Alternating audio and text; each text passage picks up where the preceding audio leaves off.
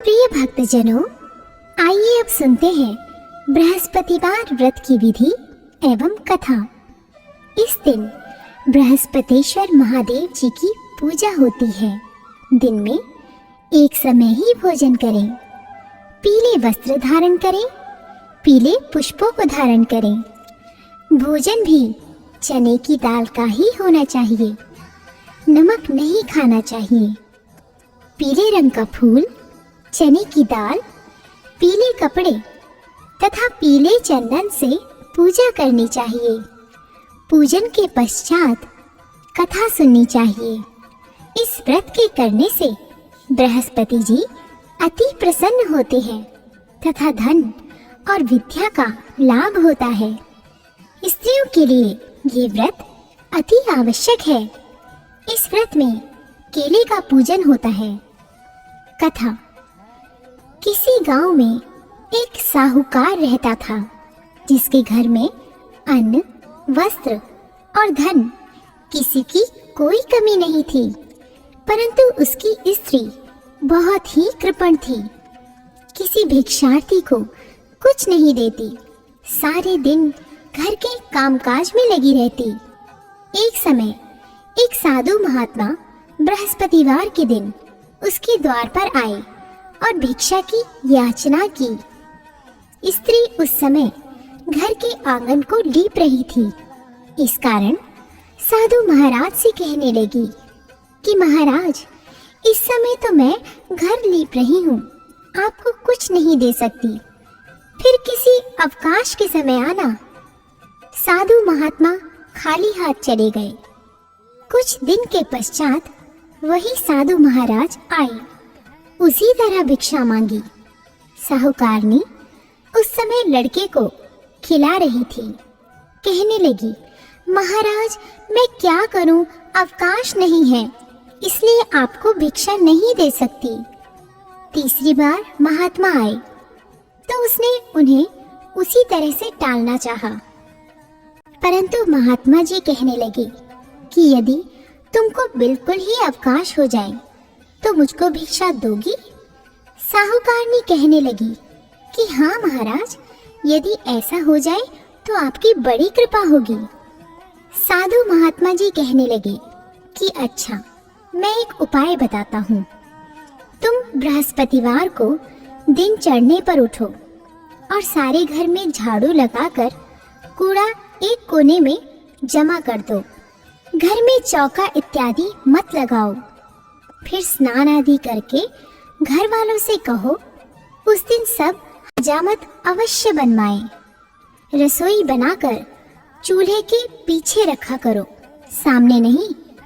सायंकाल को अंधेरा होने के बाद दीपक जलाओ तथा बृहस्पतिवार को पीले वस्त्र मत धारण करो, ना पीले रंग की चीजों का भोजन ग्रहण करो। यदि ऐसा करोगी तो तुमको घर का कोई काम नहीं करना पड़ेगा। साहूकारनी ने ऐसा ही किया। बृहस्पतिवार को दिन चढ़े उठी, झाड़ू लगाकर कूड़े को घर में ही जमा कर दिया। पुरुषों ने हजामत बनवाई, भोजन बनवाकर चूल्हे के पीछे रखा। वह सब बृहस्पतिवारों को ऐसा ही करती रही। अब कुछ काल बाद उसके घर में खाने को दाना न रहा। थोड़े दिनों में महात्मा फिर आए और भिक्षा मांगी, परंतु सेठानी ने कहा, महाराज, मेरे घर में खाने को अन्न नहीं है, आपको क्या दे सकती हूँ? तब महात्मा ने कहा कि जब तुम्हारे घर में सब कुछ था तब भी तुम कुछ नहीं देती थी। अब पूरा पूरा अवकाश है, तब भी कुछ नहीं दे रही हो। तुम क्या चाहती हो वह कहो। तब सेठानी ने हाथ जोड़कर प्रार्थना की, महाराज, अब कोई ऐसा उपाय बताओ कि मेरे पहले जैसा धन धान्य हो जाए। अब मैं प्रतिज्ञा करती हूँ कि आप जैसा कहेंगे वैसा ही करूँगी।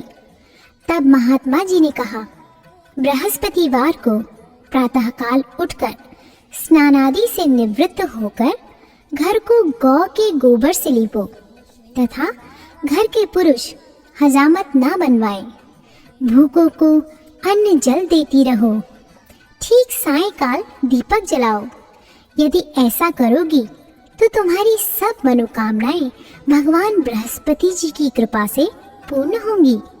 सेठानी ने ऐसा ही किया और उसके घर में धन धान्य वैसा ही हो गया जैसा कि पहले था।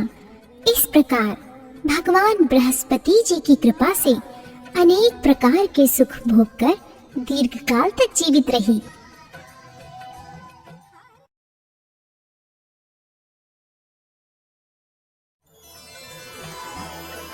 प्रिय भक्तजनों, आइए अब सुनते हैं बृहस्पतिवार की दूसरी कथा। एक दिन इंद्र बड़े अहंकार से अपने सिंहासन पर बैठे थे और बहुत से देवता, ऋषि, गंधर्व, किन्नर आदि सभी सभा में उपस्थित थे। जिस समय बृहस्पति जी वहां पर आए तो सबके सब उनके सम्मान के लिए खड़े हो गए, परंतु इंद्र गर्व के मारे खड़ा ना हुआ। यद्यपि वह सदैव उनका आदर किया करता था। बृहस्पति जी अपना अनादर समझते हुए वहां से उठकर चले गए। तब इंद्र को बड़ा शोक हुआ कि देखो, मैंने गुरुजी का अनादर कर दिया, मुझसे बड़ी भारी भूल हो गई।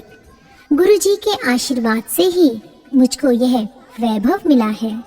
उनके क्रोध से यह सब नष्ट हो जाएगा, इसलिए उनके पास जाकर उनसे क्षमा मांगनी चाहिए, जिससे उनका क्रोध शांत हो जाए और मेरा कल्याण हो।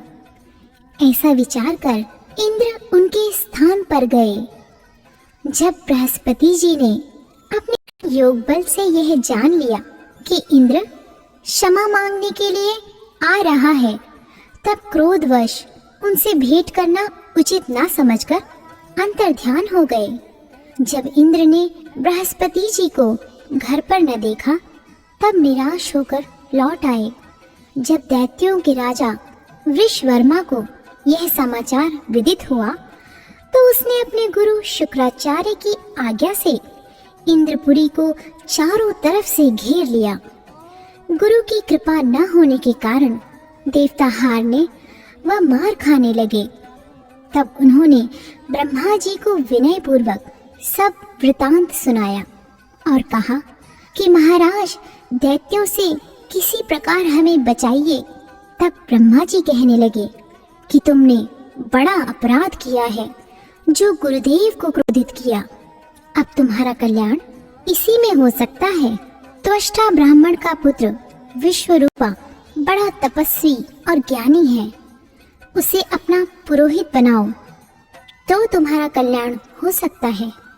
ये वचन सुनते ही इंद्र त्वष्टा के पास गए और बड़े विनीत भाव से त्वष्टा से कहने लगे कि आप हमारे पुरोहित बनिए, जिससे हमारा कल्याण हो।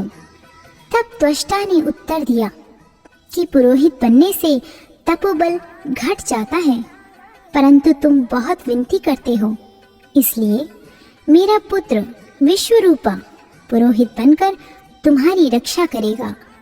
विश्वरूपा ने पिता की आज्ञा से पुरोहित बनकर ऐसा यत्न किया कि हरि इच्छा से इंद्र वृषवर्मा को युद्ध में जीतकर अपने इंद्रासन पर स्थित हुआ।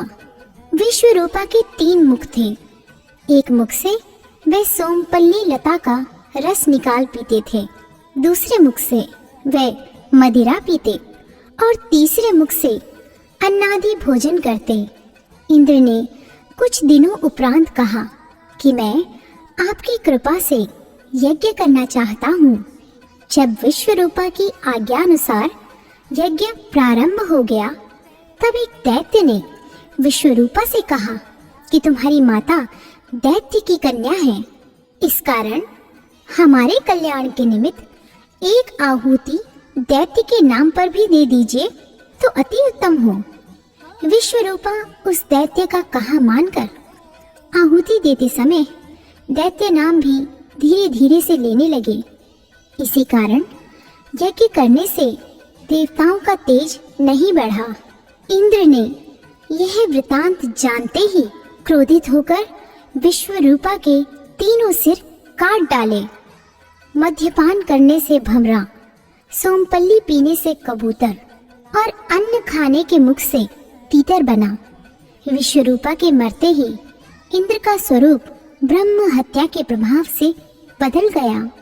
देवताओं के 1 वर्ष पश्चाताप करने पर भी ब्रह्म हत्या का वह पाप न छूटा, तो सब देवताओं के प्रार्थना करने पर ब्रह्मा जी बृहस्पति जी के सहित वहां गए। उस ब्रह्म हत्या के 4 भाग किए, उनमें से 1 भाग पृथ्वी को दिया। इसी कारण कहीं कहीं धरती ऊंची नीची और बीज बोने के लायक भी नहीं होती।